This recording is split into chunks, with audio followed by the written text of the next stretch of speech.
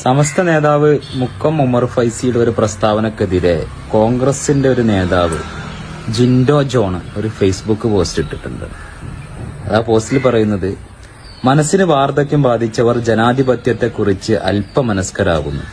കാലികവും വിപ്ലവകരവും ജനാധിപത്യപരവും യൗവന തീക്ഷ്ണവുമായ സ്ഥാനാർത്ഥി നിർണയം നടത്തിയ ലീഗിനെ വിമർശിക്കാൻ പിണറായി വിജയന്റെ അടിമ മനസ്കരായിട്ടില്ല.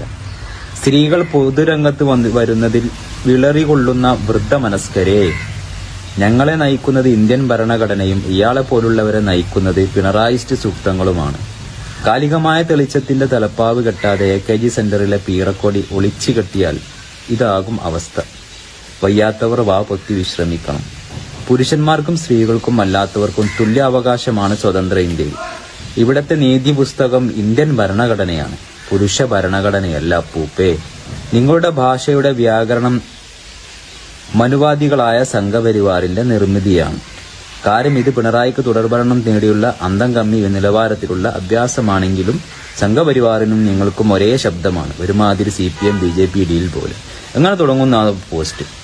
അപ്പൊ ഞാൻ പറഞ്ഞു വരുന്നത്, മുക്കം ഉമർ ഫൈസി അങ്ങനെ പ്രസ്താവന നടത്തിയിട്ടുണ്ടാവാം. അതായത് മുസ്ലിം ലീഗ് ഇപ്പോൾ 2 സീറ്റില് വനിതകളെ മത്സരിപ്പിക്കുന്നുണ്ട്. അപ്പൊ അത് ജനറൽ സീറ്റായിട്ട് പോലും മുസ്ലിം ലീഗ് വനിതകൾക്ക് പ്രാതിനിധ്യം കൊടുത്തു എന്നുള്ളതാണ് ഉമർ ഫൈസിയുടെ പ്രശ്നം. അപ്പൊ അത് സ്വാഭാവികമായിട്ട് അങ്ങനെ ഒരു പ്രശ്നം വരാൻ കാരണം, മുസ്ലിം ലീഗ് ഇന്നവരെ ജനറൽ സീറ്റുകളിൽ വനിതകളെ മത്സരിപ്പിക്കാറില്ലായിരുന്നു. അപ്പൊ സ്വാഭാവികമായിട്ട് ആ ഒരു വനിതകളെ മത്സരിപ്പിച്ചപ്പോൾ ഉള്ള ഒരു പ്രശ്നം. അതായത് ഈ കോൺഗ്രസിന്റെ നേതാവ് ജിൻഡോ ജോൺ മനസ്സിലാക്കേണ്ട ഒരു കാര്യം, മുസ്ലിം ലീഗ് ഒരു സാമുദായിക പാർട്ടിയാണെന്നാണ് മുസ്ലിം ലീഗിന്റെ വാദം. അപ്പോൾ അതിൽ മാറ്റം വന്നിട്ടുണ്ടോ എന്നുള്ളതിന് മുസ്ലിം ലീഗ് നേതൃത്വം ഇതുവരെ ഡിക്ലെയർ ചെയ്തിട്ടില്ല. അപ്പോൾ അതിലൊരു വൈരുദ്ധ്യമുള്ളത്, മുസ്ലിം ലീഗിന്റെ അവസാന ഘട്ടത്തിൽ നടന്ന സംഘടനാ തെരഞ്ഞെടുപ്പിലെ കേന്ദ്ര കമ്മിറ്റിയിൽ ഒരു വനിത ഉണ്ട്. ആ വനിത മുസ്ലിം സമുദായത്തിൽപ്പെട്ട ആളല്ല. അപ്പോ അങ്ങനെ മുസ്ലിം സമുദായത്തിന് പുറത്തുള്ള ഒരാളെ ഈ കമ്മിറ്റിയിൽ ഉൾപ്പെടുത്തിയിട്ട് ഇനിയും ഞങ്ങൾ സാമുദായിക പാർട്ടിയാണെന്ന് പറയുന്നതിന്റെ ന്യായം എന്താണെന്ന് വ്യക്തമാക്കേണ്ട മുസ്ലിം ലീഗാണ്. അപ്പോ സാമുദായിക പാർട്ടി ആയിരിക്കെ ആ സമുദായത്തിലുള്ള ആളുകളെ മാത്രം ഉൾക്കൊണ്ട്, അത് മാത്രവുമല്ല മുസ്ലിം ലീഗിന്റെ എക്കാലത്തെയും പ്രസിഡന്റ് പദവി അലങ്കരിക്കുന്നത് പാണക്കാട് സയ്യിദ് കുടുംബമാണ്. അപ്പൊ ഈ സയ്യിദ് കുടുംബത്തിലേക്ക് പ്രസിഡന്റ് പദവി എത്തുന്നതൊക്കെ ഈ ഭരണഘടന അംഗീകരിച്ചു വരുന്നതല്ലല്ലോ. ഇന്ത്യൻ ഭരണഘടന അംഗീകരിച്ചു ഇട്ടാണ് മുസ്ലിം ലീഗ് പ്രവർത്തിക്കുന്നത് എന്നൊക്കെയാണ് ഈ ജിൻഡോ ജോണിന്റെ വാദം. അപ്പോൾ പാണക്കാട് കുടുംബത്തിൽപ്പെട്ട ആളെ തന്നെ മാത്രം ഒരു പ്രസിഡന്റ് പദവി കൊടുക്കുന്നത് ഭരണഘടന അംഗീകരിച്ചുകൊണ്ടൊന്നല്ല. അപ്പൊ അതിന്റെ സാധ്യതകൾ വേറെയാണ്. മതപരമായിട്ടുള്ള ഇസ്ലാമിക മതവിശ്വാസികൾ പവിത്രമായി കാണുന്ന ഒരു കുടുംബ പരമ്പരയാണ് പ്രവാചകരുടെ കുടുംബ പരമ്പര. ആ ഒരു പരമ്പരയിൽപ്പെട്ട ആളുകൾ എന്നുള്ള രീതിയിലാണ് അവർക്ക് ഈ പ്രസിഡന്റ് സ്ഥാനം വരുന്നത്. അങ്ങനെയൊക്കെ സാമുദായികമായിട്ട് ഇസ്ലാമിന്റെ പല സാധ്യതകളെയും മതത്തിന്റെ സാധ്യതകൾ ഉപയോഗപ്പെടുത്തി പ്രവർത്തിക്കുന്ന ഒരു രാഷ്ട്രീയ പാർട്ടിയോട് ജിൻഡോ ജോൺ പറയാണ്, ഭരണഘടന മാത്രമേ അംഗീകരിക്കാൻ പാടുള്ളൂ. അതിൽ തന്നെ ഒരുപാട് വൈരുദ്ധ്യങ്ങളുണ്ട്. ഭരണഘടന ഇന്ത്യയിലെ ഓരോ പൗരനും അംഗീകരിക്കൽ നിർബന്ധമാണ്. അങ്ങനെ അംഗീകരിച്ചുകൊണ്ട് തന്നെ ഓരോ പൗരനും ജീവിക്കാൻ സാധ്യമാവുള്ളൂ. അതിന്റെ അപ്പുറത്തേക്ക് ഓരോ മതവിഭാഗങ്ങൾക്കും അവരുടേതായിട്ടുള്ള അവകാശങ്ങളുണ്ട്. അവരുടേതായിട്ടുള്ള ആചാരങ്ങളും അനുഷ്ഠാനങ്ങളൊക്കെ അനുസരിച്ച് ജീവിക്കാനുള്ള സ്വാതന്ത്ര്യം കൂടി ഇവിടെ ഉണ്ട്. അത് ഈ ജിൻഡോ ജോൺ മനസ്സിലാക്കണം. അതിന്റെ ഭാഗമായിട്ടാണ് ഇദ്ദേഹം ഈ ഒരു പ്രസ്താവന നടത്തിയിട്ടുള്ളത്. അതായത് കേരളത്തിലെ മുസ്ലിം സമുദായത്തിൽ മഹാഭൂരിപക്ഷം വരുന്ന സുന്നികള് സ്ത്രീകളെ പൊതുരംഗത്തേക്ക് ഇറക്കുന്നതിനെ വിലക്കുന്ന ഒരു സ്ഥിതിയാണുള്ളത്. അതിനോട് യോജിക്കാം. പക്ഷേ അവരുടെ കാര്യം പറയുന്നതിന് ഈ രീതിയിൽ എന്തിന് ഈ പണ്ഡിതന്മാരൊക്കെ ആക്ഷേപിച്ചുകൊണ്ട് പോസ്റ്റ് ഇടണം? അതിൽ പറഞ്ഞ വരികളൊക്കെ കണ്ടില്ല, പൂപ്പ എന്നൊക്കെ വിളിച്ചിട്ട്. ബഹുവചനമാണ് പല സ്ഥലത്ത് ഉപയോഗിച്ചിട്ട്. അതായത് സമസ്തയുടെ പണ്ഡിതന്മാരെ മൊത്തത്തിൽ താറടിക്കുകയാണ്. അതെങ്ങനെ? ഒരു ക്രിസ്ത്യൻ മതവിഭാഗത്തിൽ വിശ്വസിക്കുന്ന ഒരു വ്യക്തിയാണ് ജിൻഡോ ജോൺ. അയാൾ എന്തിനാ മുസ്ലിം പണ്ഡിത സഭയിലെ പണ്ഡിതന്മാരെ ഈ രീതിയിലൊക്കെ തെറിവിളിക്കേണ്ട കാര്യം എന്താ?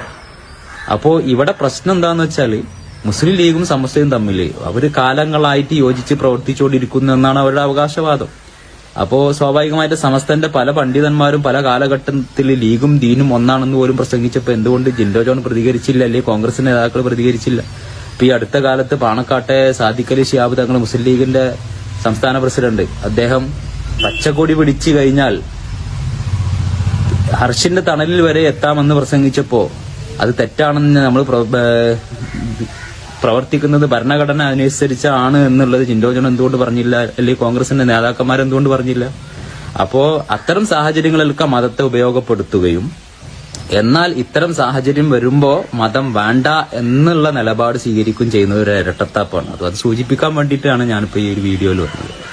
അപ്പോൾ കോൺഗ്രസിന്റെ ജിൻഡോ ജോൺ മനസ്സിലാക്കണം എന്താണെന്ന് വെച്ചാൽ ഭരണഘടന മാത്രം അനുസരിച്ചുകൊണ്ട് മുസ്ലിം സമുദായം ജീവിക്കണമെന്നും രാഹുൽ മാങ്കുട്ടത്തിലെ പോലെ നാട് മുഴുവൻ നടന്ന് ഭരണഘടന അംഗീകരിക്കുന്ന ഇന്ത്യൻ നിയമത്തിൽ പറയുന്നത് പോലെ കൺസെന്റ് ഉണ്ടെങ്കിൽ ആരുമായും എപ്പോഴും ലൈംഗിക ബന്ധത്തിൽ ഏർപ്പെടാമെന്നുള്ള ആ ഒരു രീതിയിൽ രാഹുൽ മാങ്കൂട്ടത്തിലെ പോലെ നാട് മുഴുവൻ നടന്ന് വ്യഭിചരിച്ച് നടക്കണം ഈ മുസ്ലിം പണ്ഡിതന്മാരടക്കം എന്നുള്ളതാണോ ഈ ജിൻഡോ ജോൺ ഉദ്ദേശിക്കുന്നത്?